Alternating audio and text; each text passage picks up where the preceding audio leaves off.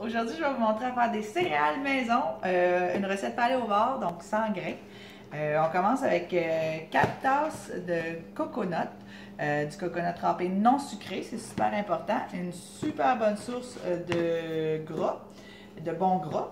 Ensuite, vous avez une demi-tasse de graines de chanvre, des graines de chanvre qui sont une super source d'oméga 3. Donc, on rajoute ça dans notre mélange. Ensuite, on continue avec les graines de chia qui sont une bonne source de fibres, de fer et de calcium.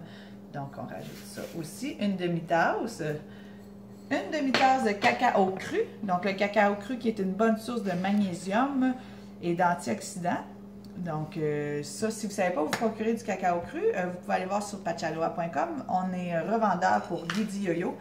Guidi Yoyo qui font le meilleur chocolat cru au monde, étant donné que c'est du chocolat qui vient d'une réserve naturelle.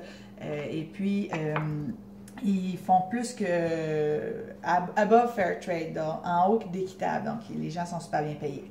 Ensuite, vous avez de l'argousier. L'argousier qui est une bonne source de vitamine C.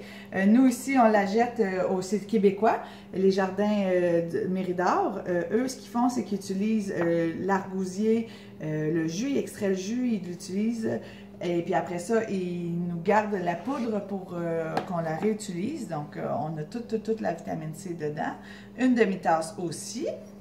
On continue avec les noix. Les noix, vous avez 3 tasses de noix concassées. Nous, on les achète entiers. Ensuite, on les déshydrate.